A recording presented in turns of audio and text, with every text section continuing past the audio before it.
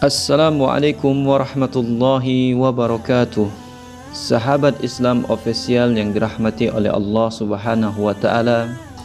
Dalam kesempatan kali ini kita akan membahas kisah seorang ulama ahli ibadah yang bernama Silah bin Asyam rahimahullahu taala, yang mana singa tunduk pada ucapannya. Beliau adalah seorang ahli ibadah, tapi juga pemberani di medan perang.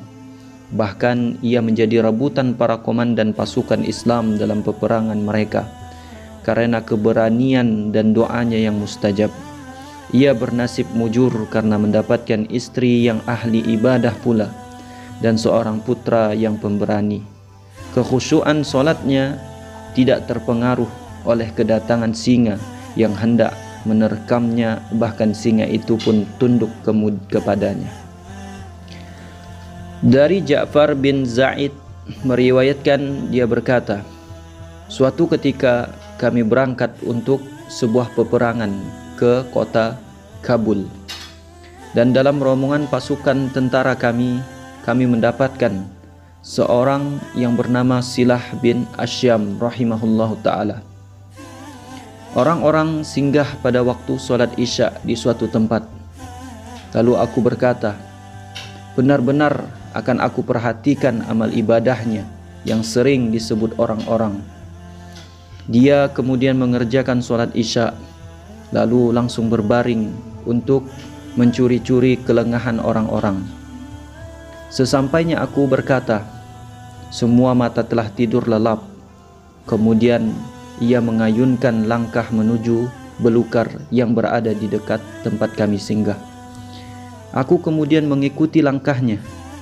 Ia mengambil air wudhu dan mulai berdiri untuk sholat. Tiba-tiba singa datang mendekatinya, sementara aku langsung naik ke atas pohon.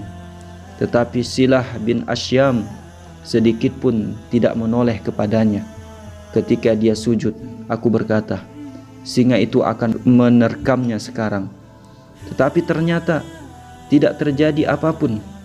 Setelah salam, dia berkata, wahai binatang buas, carilah rezeki di tempat lain. Kemudian singa itu pun pergi sambil mengaum dengan auman yang bisa membuat gunung terbelah. Sementara itu dia terus mengerjakan sholat hingga ketika subuh menjelang.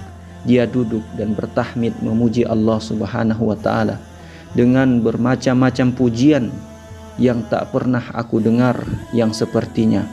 Lalu dia berdoa, ya Allah, aku mohon kepadamu agar engkau menjauhkanku dari api neraka. Apakah orang sepertiku pantas lancang meminta surga kepadamu? Kemudian ia kembali ke perkemahan, seolah-olah ia tidur semalaman di atas tilam. Di pagi hari aku masih tertegun sejenak, yang hanya Allah Subhanahu wa ta'ala sajalah yang maha mengetahui segalanya. Wallahu a'lam bissawab. Assalamualaikum warahmatullahi wabarakatuh.